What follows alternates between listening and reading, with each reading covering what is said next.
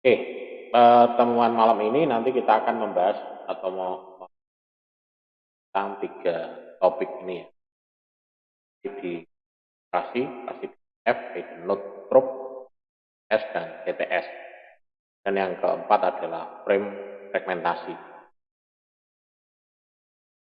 Mekanisme akses middle ya, menengah. Jadi bukan akses yang tinggi ya, tapi ini yang menengah. Menengah.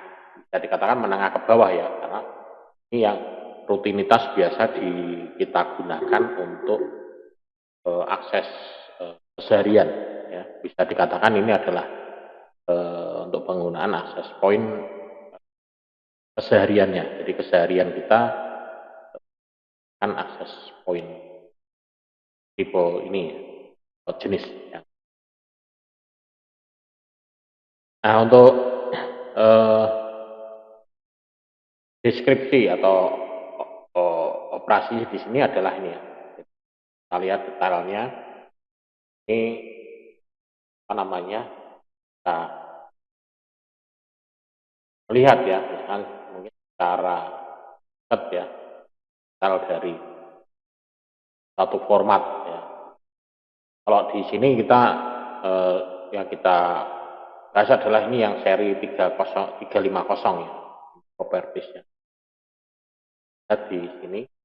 Tapi kurang lebihnya juga mungkin untuk peralatan-peralatan yang lain sama juga propertiesnya. Kalau kita lihat di sini ada RTS thresholdnya, kemudian ada di pengulangannya. Jadi di sini adalah pengaturan yang saya itu kan adalah frekuensi ya di sini. Kan pengulangan pada saat kita mau connect. Nah, untuk mengatur client dan akses point-nya ya. Kita akan bisa menemukan ataupun bisa berkomunikasi. Itu makan waktu berapa lama dan dia ada pengulangannya berapa lama kalau misalkan ada terjadi collision atau kegagalan ya. Kemudian Ethernet ya, frames. Nah, 802.11 ini bukanlah Ethernet, jadi ini beda ya. Kadang orang menyebutnya access point. Jadi saya katakan 802.11 access point lah ya. Access point itu orang menyebutnya kadang ini sama ya, cuman hanya beda, yang satu ada antenanya, yang satu enggak. Tapi sebetulnya ini beda. Perbedaannya di sini hanya pada protokolnya. Jadi protokolnya yang berbeda. Di protokolnya yang berbeda, yang 802.11 ini ya memang ada memiliki kesamaan, tapi yang membedakan adalah jenis protokolnya. Jadi kalau kita lihat di sini, ini yang frame Ethernet, kemudian ini yang 802.11 frame. Jadi, ini ada sequence control. Nah, kalau yang di sini tidak ada. Dan akses point ini adalah merupakan apa ya, terjemahan dari bridge ya. Access point itu sebenarnya bridge ya, jembatani ya, gitu. Dan dia menjembatani ini dari 802.11 ke Ethernet dan dari Ethernet ke ini ke 802.11 ya, gitu. Jadi apa namanya, dia akan menjembatani di situ. Jadi kalau misalkan kita apa namanya pasang ya, misalkan ini di sini ada suatu akses point di sini, pajak inilah akses pointnya. Misalkan di sini ada port-portnya ya, biasanya kalau akses point di sini kan ada port-portnya, ada bawaannya port-portnya lah, anggap gini. Dan nanti di sini bisa masuk ke PC ya. Ini juga mungkin masuk ke PC atau ke jaringan. Sementara di sini dia terhubung lewat udara, lewat wireless ya. Ini dia menjembatani ya dari 802.11 Ethernet ke Ethernet. Nah, jadi ini dia menjembatani di sini. Atau dari Ethernet ke ini. Kalau misalnya kita baca di sini komunikasinya sebetulnya kalau dari PC di sini adalah mulai dari apa namanya? Mulai dari di sini adalah mulai dari physical ya. Jadi physical. Ini dia bicara mulai dari physical, kemudian di dalam sini nanti ada data link, ada network, ada transport, ada session, ada presentation, kemudian ada aplikasi. Ini diterima lagi aplikasi, presentasi, untuk ke physical. Jadi seperti itu. Kemudian akses ya, di sini ada akses apa namanya ya middle ya, akses middle-nya di sini. Ya kalau misalkan terjadi suatu apa namanya tabrakan ataupun collision ya, itu dia akan berpengaruh pada semua. Ini yang kita bicarakan di sini adalah access point ya. Pertemuan minggu kemarin ada membahas tentang access point, ada infrastruktur, ada ad hoc ya, jaringan ad hoc. Jadi kalau kita menggunakan access point itu kita bisa ada jaringan ad hoc. Ad hoc itu ya antar laptop ke laptop ya, kemudian ada infrastruktur ya, kemudian ada yang access point di sini. Nah, di sini. Jadi collision-nya di sini bisa terjadi ya. Collision ini disebabkan karena apa? Nah, dia menggunakan wireless ini dia menggunakan arsitekturnya adalah half duplex ya, tengah. Jadi dan ini bisa dideteksi dengan menggunakan ini. Metodenya dia di sini dia menggunakan GSMA CD ya. Dia untuk mendeteksi tabrakan ya. Perangkat Ethernet ini mendeteksi tabrakan ya, pada saat data ditransmisikan. Tapi kalau yang GSMA CA ini menghindarkan tabrakan. Kalau perangkat ini ya, hanya mendeteksi tabrakan ketika pemancar belum menerima paketnya itu ya. Tapi nanti juga akan ada berkembang CSCCA dan juga akan menggunakan fungsi-fungsi dari carrier sense ya, virtual ya, NAV, network access virtual. Kemudian deteksi ini ya, ini CD ini memang standar 802.11 ini mewajibkan semua itu mengimplementasikan ini ya, DF ya, Distribute Coordination Function ya. Jadi satu bentuk akses ganda untuk mendeteksi ya dengan menghindarkan adanya tabrakan. Nah, sementara CSMA itu sendiri dia adalah protokol yang berbasis ini, yang bertentangan apa ya? Basisnya adalah bertolak belakang ya.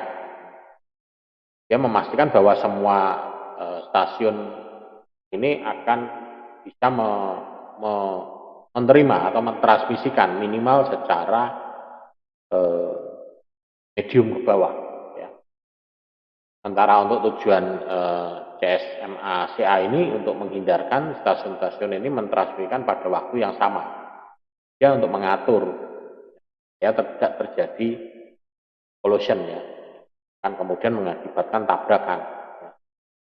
Akhirnya akan menjadikan itu mentransmisi ulang. Ya. Kemudian juga tidak dapat ya mendeteksi ya, misalkan ini untuk node-node yang tersembunyi. Gambar di berikutnya itu. Kemudian DCF dan PCF di sini ya. Ada content free delivery, point coordinate function ya. Dan di sini ada distribute coordination function. Ini adalah titiknya, koordinatnya, dan yang di sini adalah fungsinya adalah untuk mendistribusikan ya. Jadi di sini ini memang tidak dibahas secara lebih dalam ya di sini, jadi hanya kenalan dasar, tapi memang rincinya mungkin bisa di pertemuan-pertemuan atau di apa ya depan lagi ini. Kemudian untuk DCF operasinya ini di sini, jadi di sini ada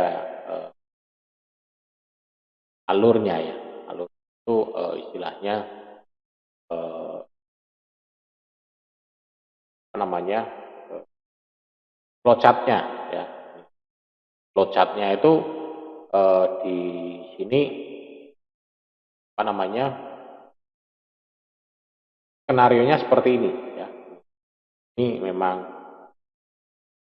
memiliki skenario untuk pengaturan di dalam ini. Jadi yang mengatur sebetulnya ini bukan kita, bukan si apa namanya, bukan si programnya atau bukan, tapi adalah routing yang ada di dalam access point-nya atau yang ada di dalam routernya ya. Ya di sini CSA ini di sini dia akan ini mendeteksi ya. Kemudian nanti ada timernya ya. Kemudian ada juga timer untuk black off ya. Dia akan dicek di sini. Misalnya seperti ini. Nah, kalau kita terjemahkan di dalam sini nanti seperti ini. Misalkan di sini nanti ada frame ya dari access point. Jadi ini ada durasi atau ID-nya ini jumlah pro detik ya, satuannya ya. Jadi seperjuta detik. Harapkan media ini tetap sibuk ya untuk melayani transmisi ya secara berlangsung. Tapi di sini satuannya adalah pro detik ya, mikro detik itu berarti wes apa namanya sangat ini banget ya, dia bisa melayani dalam satuan itu. Termasuk di sini adalah untuk mengirimkan frame ke access point atau dari client ke access point. Dan ACK encode ini di sini dia akan mengirimkan kembali. Jadi setelah dia mengirimkan ke access point, dia akan mengirimkan kembali. Nah ini nanti yang akan dihitung adalah waktunya, waktu pada saat ini dia kembali.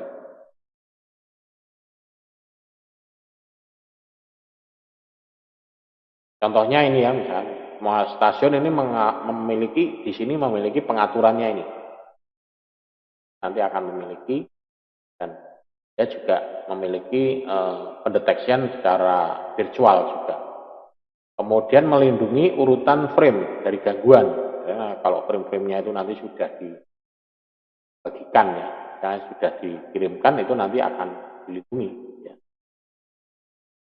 Misalkan contohnya ini, Marta mengirimkan frame ke George. Ya. Marta mengirimkan frame ke George. Yang akan diterima bukan hanya si George saja yang menerima, tapi dia akan yang menerima Vivian juga akan menerima. Karena media nirkabel ini media sama ya ini. Maka stasiun ini termasuk Vivian ya. Termasuk Vivian ini juga akan menerima.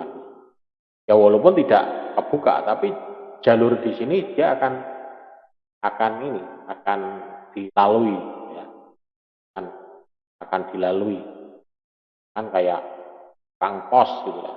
Tukang pos itu kalau misalkan kita dalam satu komplek, ya misalkan kita mau ngirimnya ke nomor berapa gitu, ya tetap akan beberapa akan melewati rumah-rumah yang ada di situ walaupun tidak singgah ya. Sama seperti ini ya. Nah, itu akan lewat ke sini tapi dia tidak akan singgah. Benar saja yang akan disinggahi gitu. Dan di sini nanti akan muncul durasinya ya. NAV menghitung durasinya untuk si Vivian ya. Dan di sini nanti akan menghitung durasinya bukan saya, dia akan ditolak masuk ke sini. Ini saya, berarti komunikasi langsung terjadi. Tapi di sini untuk melakukan penolakannya ini butuh waktu, ya. Waktu. Kemudian broadcast base ini ya, di sini akan host A ini mengirimkan frame ke 80211 ke host lain melalui access point. Ini misalkan mengirimkan ke host B, seolah-olah host B ini menerima dari access point, padahal sebetulnya dari A, dan ini merupakan sebagai bridge ya, jembatan terkuat ini. Semua perangkat di sini 80211 lainnya ini dalam jangkauan sinyal akan melihat frame ya, ini bingkai itu frame ya. Kemudian untuk 80211 ini juga menyediakan pengalamatan address-nya, jadi address point yang tahu bahwa itu adalah penerima hub berikutnya. Ya, di sini akan tahu, oh ini penerimanya diteruskan ke sana, jadi ke sana. Kemudian ini juga interframe ya di sini. IFS ya.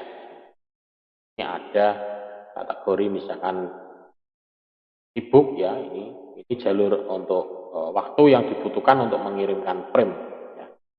Nanti di sini ada istilah DFS, PIFS, SPFS. Kalau yang DFS di sini adalah jumlah waktu idle ya. Layanan ini dia dilayani ya, waktu idle-nya. Waktu idle-nya itu waktu tunggu. Pada saat misalkan kita pada saat mengirim ya, send itu waktu idle-nya berapa? Ini misalkan kalau kita melakukan proses ping ya kayak gini, ini kan waktu idle-nya tidak ada. Ya, ping kayak gini, ini waktu idle-nya berapa tidak ada. Karena dia di sini waktunya waktu time-nya ini 22 milisecond ya. Jadi dia connect langsung ya. Ya kalau mungkin kalau paket data ya. Mungkin kalau Anda mengirim data ya, itu kan atau download ya. Download ataupun upload itu kan mesti akan muncul estimasi waktunya ya. Mesti waktunya berapa, dan itu juga dia akan berubah-ubah ya. Kemudian kalau yang PFS ini interframe space ya. Interframe space ya. Ini digunakan oleh IF. Dan kalau yang shift ini short ya, ini digunakan untuk transmisi prioritas tertinggi. Kemudian yang AF ini extend, ini bukan interval yang tetap ya, dan hanya digunakan ketika ada kesalahan dalam transmisi frame. Kalau ada transmisi frame kesalahan baru dia menggunakan yang AF.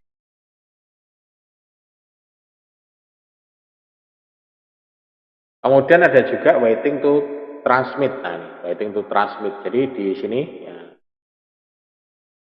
CF ya. S di sini. Ini ada medium dari Marta mengirimkan ya. Ini waktu yang dibutuhkan ya. Ini untuk pendeteksian dari operator di sini secara fisik dia akan mendeteksi idle-nya berapa lama. Kemudian habis itu dia mengatur waktunya berapa.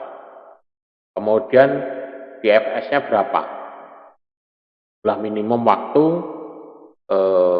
middle-nya hingga layanan berbasis ini dimulai. Jadi mulai dari harta ini bisa komunikasi dengan yang lainnya. Ya, berapa lama. Kemudian di sini algoritmanya yang back off di sini nanti. Yang menentukan kapan ia dapat mencoba mengakses medianya lah. Kalau ada penolakan lah. Ya penolakannya berapa lama. Tidak mungkin lah ya. Kadang mungkin kita connect. Ini kondisi dalam arti kondisi kalau kita connect gagal ya. Tapi kalau kondisi connect berhasil ya sudah, tidak ada ini. Tapi kalau kondisi connect gagal, biasanya connect gagal nanti kita dalam waktu tertentu dia akan mengulang lagi. Ya. Itu akan secara programmingnya dia akan mengulang lagi. Ya kayak kita kalau nelpon itu ya. Telepon itu kan kalau misalkan tidak diangkat, kan mesti ada nadanya beda dengan nada pada saat kita telepon belum diangkat. Jadi biasanya kalau nelpon kan tut, nah itu. Tapi nanti begitu dia sudah waktunya habis, ya, waktunya itu habis, maka dia akan bunyi tut.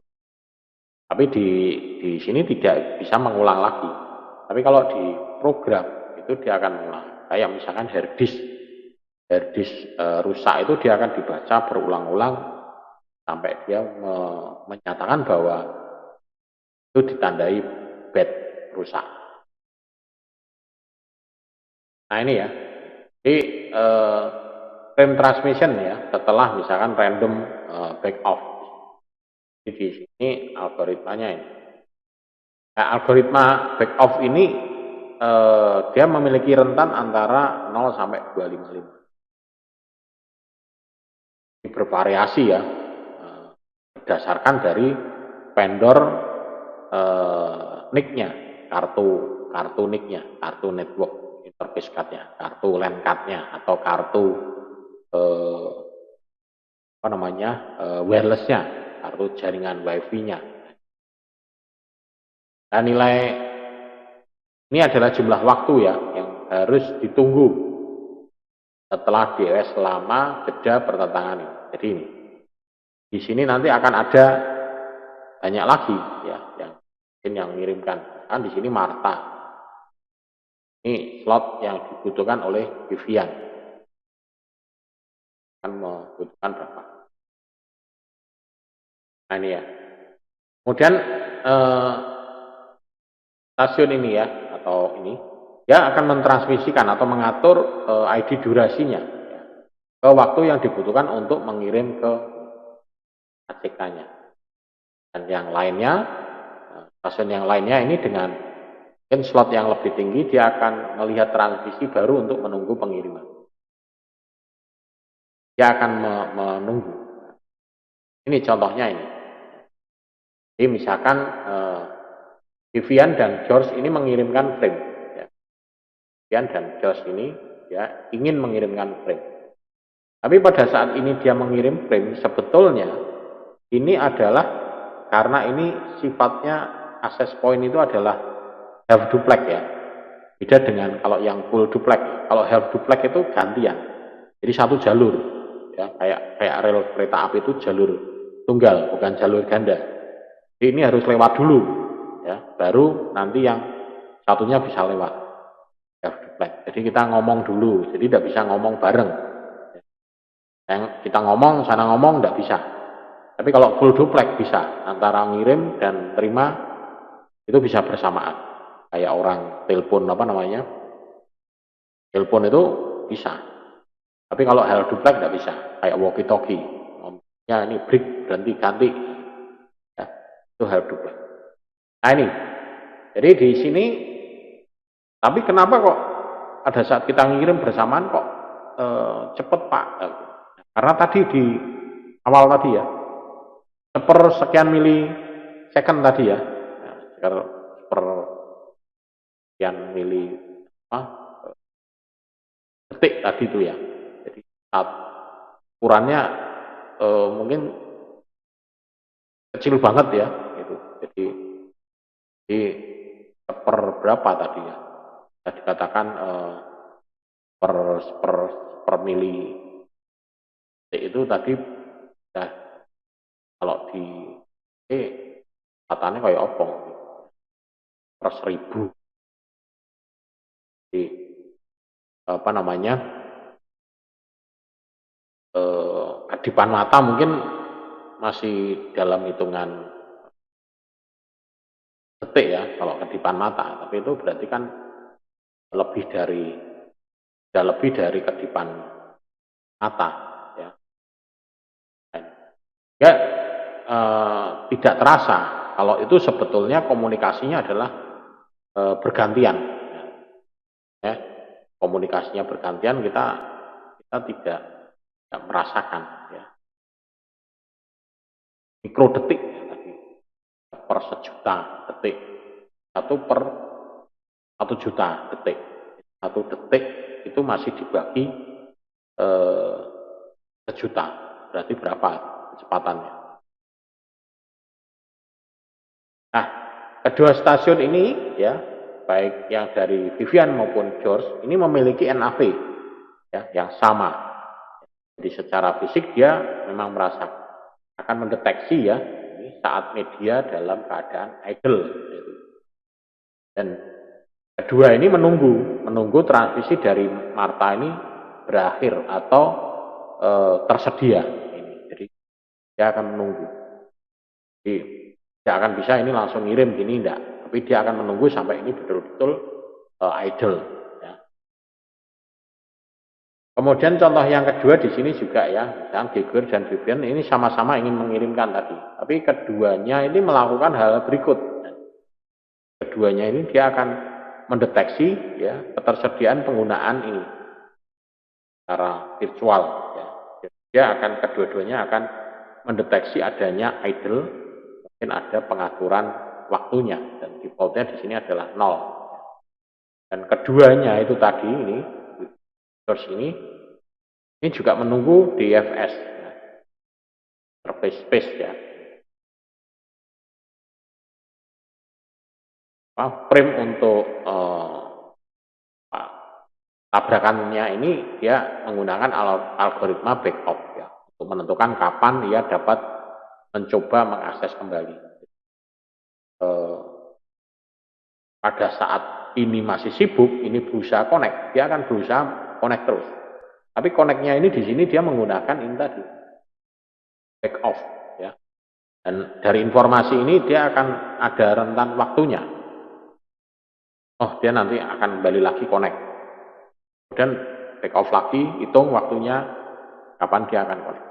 Sama seperti kalau kita itu misalkan berkunjung ke rumah teman ya. Kita datang ke rumahnya teman, ketok pintu, tidak ada yang buka, kan tidak mungkin kita akan ketok-ketok terus gitu ya. Mesti Anda akan ketok pintunya kan sekali itu. Kasih jeda berapa menit atau 2 menit, ketok-ketok pintu lagi ya gitu. Jadi seperti itu, sama komunikasi ini di sini seperti itu. Sampai misalkan ada yang merespon dari dalam. Tapi kalau misalkan tidak ada yang merespon, ya sudah berarti pulang. Tapi kalau sekarang modelnya tidak seperti itu ya. Sekarang kalau mau main ke rumah teman, telepon dulu atau WA dulu. Mau ada di rumah enggak? Oh ya ada. Jadi berangkat dari rumah, oh berangkat OTW ya, ke rumahmu. Oke. Nanti sampai depan rumah, mendekati nyampe, udah WA lagi atau telepon. Ya udah sampai ke gang depan rumahmu. Yang mau berkunjung udah langsung buka pintu, datang ya, keluar. Nah kalau dulu udah ya, udah sama seperti ini. Kemudian yang contoh lagi ini ya, di sini. Nah ini tadi yang apa namanya antriannya ya, kalau misalnya terjadi ini. Jadi baik Vivian maupun Gors ini dia akan menghitung algoritma backoff. Jadi mana yang akan didahulukan. Sebetulnya kalau kita karena kecepatannya itu tadi ya 1/1 juta detik ya, kita tidak tahu. Sebetulnya ada urutannya, mana dulu yang akan dilayani ya. Ini ada slotnya bahwa di sini VPN itu memiliki waktu 7 ya, sehingga secara George dia memiliki waktu 31. Ya di sini Vivian lah yang akan didahulukan untuk bisa berkomunikasi dengan Martha. Jadi apa namanya, akan melihat ya. Memang kalau kita komunikasi langsung kayak gitu tidak akan, Pak ini buktinya gimana, tidak bisa. Karena satuan kecepatannya ini sudah 1/1 juta. Kemudian ini juga ya contoh lagi,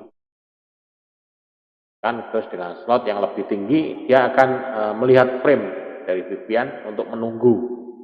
Jadi dia yang George ini dia menunggu sampai komunikasi dari Vivian dengan Martha ini selesai. Arti selesai ini sudah berhasil mengirim ya, mengirim komunikasi selesai baru nanti George ya. Jadi,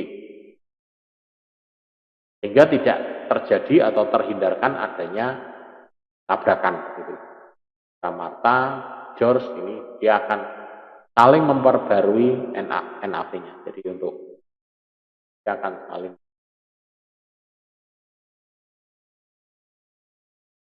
yang lagi ya, ini frame sampai di access point.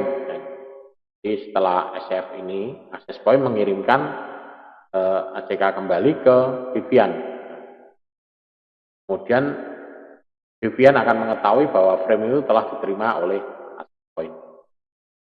Dan access point ini akan memiliki frame yang harus istilahnya ya untuk akses ke media ke semua stasiun. Ya di dalam sini frame-nya harus bisa sampai ke, ini contoh-contoh simulasi. Kemudian yang kedua, hidden node probe. Ya, hidden node probe ini beberapa masalah node-node yang tersembunyi. Nah, ini prakteknya sama seperti mungkin kalau Anda sudah menggunakan atau mencoba ya simulasi gamenya itu ya. Simulasi gamenya itu seperti apa? Itu apa namanya?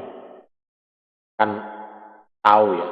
Node-node yang tersembunyi itu seperti apa? Mungkin terhalang dinding ya. Jadi di sini misalkan sebuah stasiun ini berada dalam jangkauan access point ya, tetapi bukan host lain ya, seperti host pengirim. Nah, di sini tuh masuk dalam jangkauan A dan B, tapi bukan pengirim. Jadi pengirimnya itu sebenarnya A, kirim ke access point. Kemudian jaringan nirkabel ini juga memiliki batas yang tidak jelas. Kadang tidak dapat berkomunikasi atau melihat setiap node lainnya, tapi juga kadang juga dia mendeteksi. Ya. Kadang dia mendeteksi di node yang tersembunyi. Ya. Mungkin host berada dalam jangkauan access point, tetapi tidak satu sama yang lain.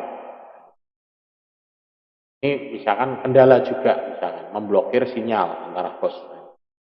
Jadi memang pada saat kita berkomunikasi dengan access point itu kadang ada juga yang blokir, kadang tidak, kadang mendeteksi, tapi jangkauannya tidak tercover. Nah, gitu. Mungkin Anda pernah ya di sinyal SSID Anda ya di Wi-Fi-nya itu terdeteksi jaringannya ini, tapi mau deteksi tidak bisa, tapi jadi di luar jangkauan. Nah, itu Anda bisa mendengar, tapi Anda tidak bisa mengirim kembali. Kemudian masalah dengan collision ya. Ini collision biasanya terjadi di access point. Di kedua stasiun ini menganggap pengiriman ya, ini pada waktu yang sama. Jadi kan menghasilkan tabrakan. Jadi mengirimkan pada saat yang bersama. Dan access point tidak dapat menerima salah satu sinyal dengan benar dan tidak akan istilahnya ada ACK dari salah satu. Jadi secara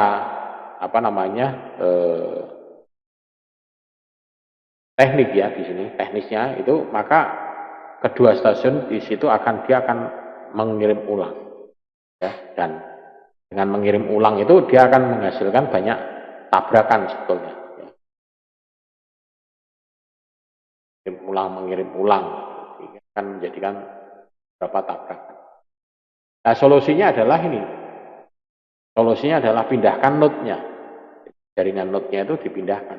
Nah, kan kayak ini ya, access point ini kebetulan di sini ada titik-titiknya itu dijauhkan ya, supaya gelombang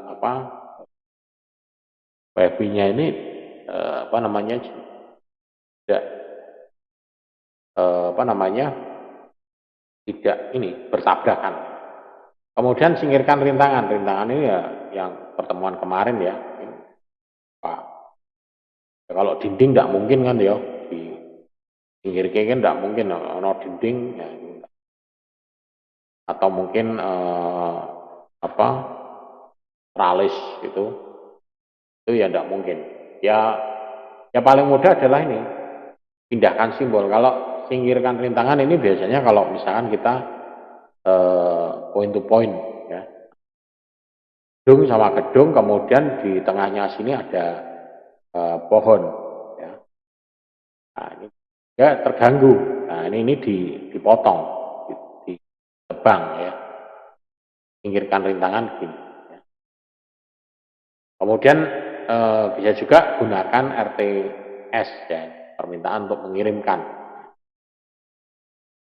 Ini hanya bisa yang berdeteksi hanya ini untuk point to point. RTS atau CTS. Nah, contohnya di sini ya. Kan di sini Vivian mencoba untuk memesan media menggunakan frame control RTS ke access point. Dia akan memiliki slot time di sini. Tapi di frame RTS ini menunjukkan kepada access point ya, dan semua stasiun dalam radiusnya bahwa Vivian ini memesan ya dalam durasi waktu tertentu setelah di sini. Dan nanti di stasiun ini, di node-nya ini yang ini, dia tidak akan dapat melihat RTS-nya. Tapi access point akan membalas Vivian dengan CTS. Dapat dilihat oleh semua node dan node yang tersebut. Vivian ini mengirimkan frame, access point mengembalikan ACK ke Vivian, access point mengirimkan pesan ke George dan mengembalikan ACK ke access point. Jadi misalkan Vivian ini mengirimkan, dia akan mengirimkan di sini, dia mengirimkan ke RTS. Kemudian dia akan mengirimkan ke CTS ke sini dan CTS akan dikirim ke sini juga. Jadi dia akan dikirim ke semua, baik yang bersangkutan CTS ini maupun yang di CTS yang di sini. Dan durasi waktunya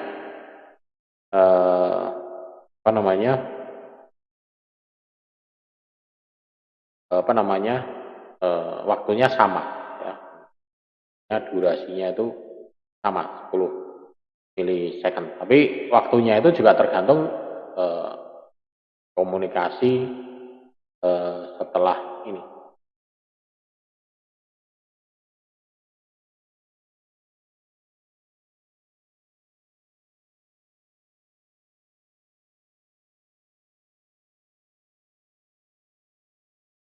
Kemudian solusi dari RCTS, RTCS ini juga ya.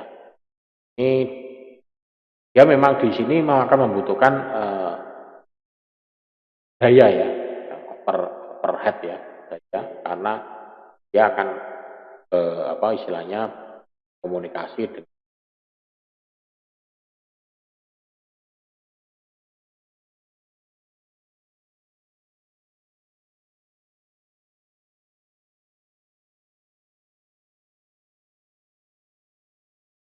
kemudian digunakan dalam lingkungan yang kapasitasnya tinggi sebenarnya.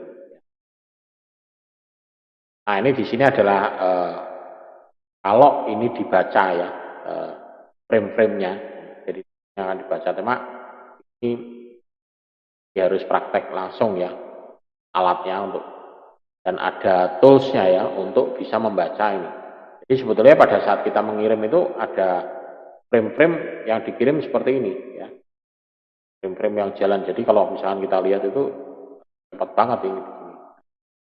Ada control frame, requestnya, kemudian di sini ada yang tidak terdistribusi, tidak apa, kemudian last frame ya, free active mode. Nah ini nanti jadi, tapi ini sebetulnya hanya untuk tidak perlu dipraktekkan ya, teknis banget ini, harus menjalankan toolsnya untuk bisa mendeteksi. Nah kemudian di pengaturan ambang, nah ini, jadi kalau misalnya kita pengaturan ambangnya di sini menentukan ukuran paket, nah ya, dan nilai kecil ini menyebabkan paket kirim lebih sering ya ini. Jadi RTS CTS-nya ini juga penting ya untuk diperhatikan, karena pada saat kita mengirim paketnya kecil ya akan sering, sehingga dayanya juga akan banyak, bolak-balik gitu. Kemudian ambangnya, nilai ambangnya ini juga menentukan ya ukuran paket dari luar. Kalau nilai yang kecil menyebabkan paket ini lebih sering dikirim tadi. Tapi nilai-nilai kecil ini membantu sistem pulih dari gangguan collision. Jadi nilainya kecil ini, tabrakannya juga kecil dan dia akan memulihkannya. Beda dengan kalau nilai ambangnya ini besar, maka tabrakannya juga, collisionnya juga akan besar dan pemulihannya juga makan waktu yang lama juga. Kemudian ini adalah contoh RTS CTS ya. Ini RTS CTS-nya di sini. Ini ada stasiun EDEF, ini dapat melihat lalu lintas sinyal dari semua stasiun termasuk HNA dan HNB, begitu sebaliknya. Tapi HNA dan HNB ini tidak bisa saling melihat, nah, tetapi bisa berkomunikasi dengan access point. Jadi antara ini, ya, ini dan ini itu dia tidak bisa saling melihat, tapi bisa berkomunikasi. Komunikasinya lewat ini, access point. Nah, sementara yang ini dia bisa melihat sini, bisa melihat sini, bisa melihat, dan dia bisa melihat ini juga. Bisa melihat sini. Ini pun bisa melihat ke sini juga, ya. Ini juga sama. Ini juga sama, ya. Jadi bisa melihat. Tapi antara ini dan ini dia tidak bisa melihat. Tapi dia bisa berkomunikasi dengan lewat access point. Dia hanya bisa melewati access point. Jadi di sini fungsinya RTS dan CTA kalau diaktifkan pada HNA dan HNB, sehingga access point dia akan merespon CTS yang akan dilihat oleh stasiun HNA. Jadi CTS di sini dikirim ke sini, maka di sini akan dideteksi. Dan jika bukan karena stasiun HN lain, ya tidak ada HN yang membutuhkan RTS sama CTS. Karena di sini tidak ada yang lainnya, tidak ada yang. Ya, komunikasinya yang keempat di sini adalah tentang frame, ya, frame fragmentasi, frame.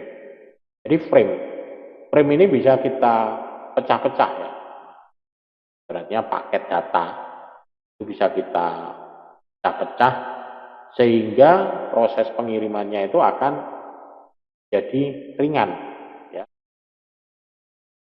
Frame ini di bagian lapisan MAC ya. Untuk meningkatkan keandalan transmisi ya, dengan frame ini. Jadi ini bisa dipecah menjadi beberapa frame.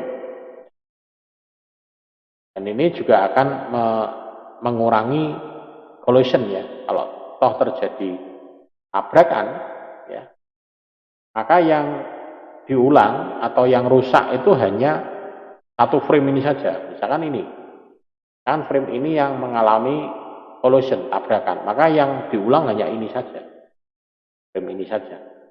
Ulang, dikirim, coba dikirim lagi. Ya. Ini tidak perlu di lagi.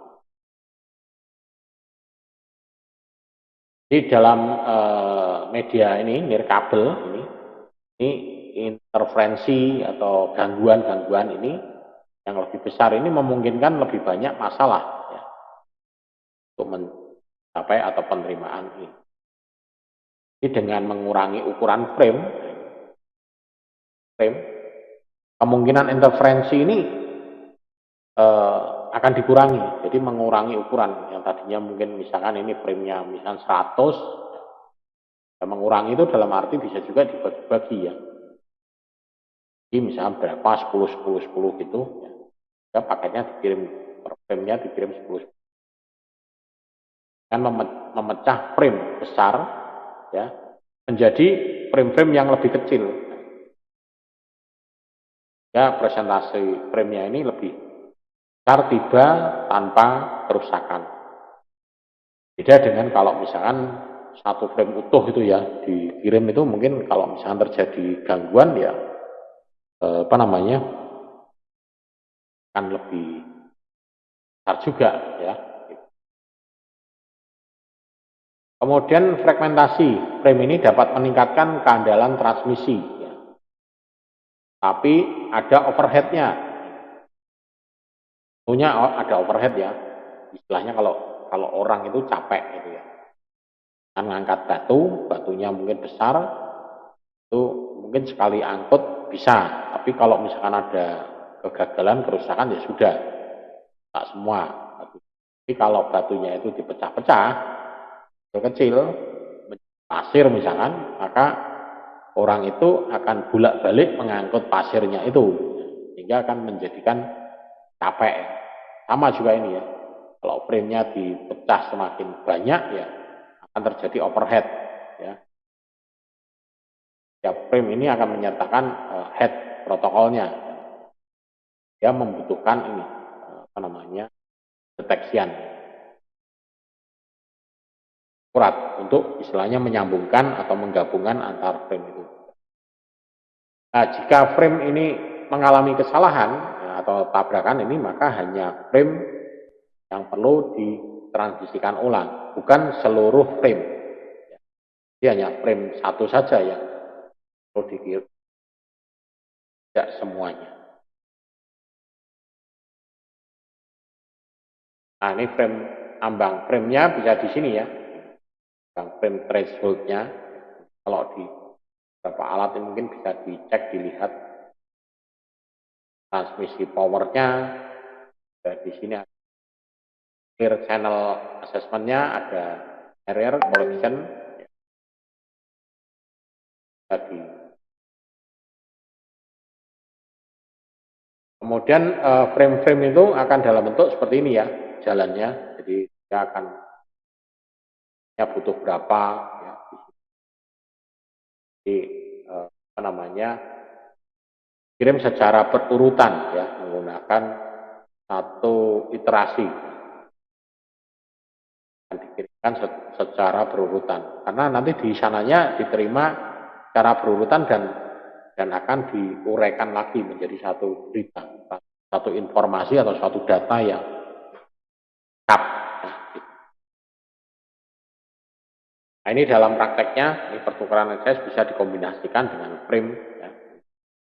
Tapi ini ada di dalam prakteknya alatnya. Jadi konfigurasinya ada di alatnya ini yang seri 50. Mungkin kalau Anda ada yang bekerja di Booking kebetulan pegang alat Cisco 350 seri. Pegang ya. Cisco 350 series. Di bentuknya gambarnya sebetulnya Nah ini. Jadi kayak switch ya. Cisco 350.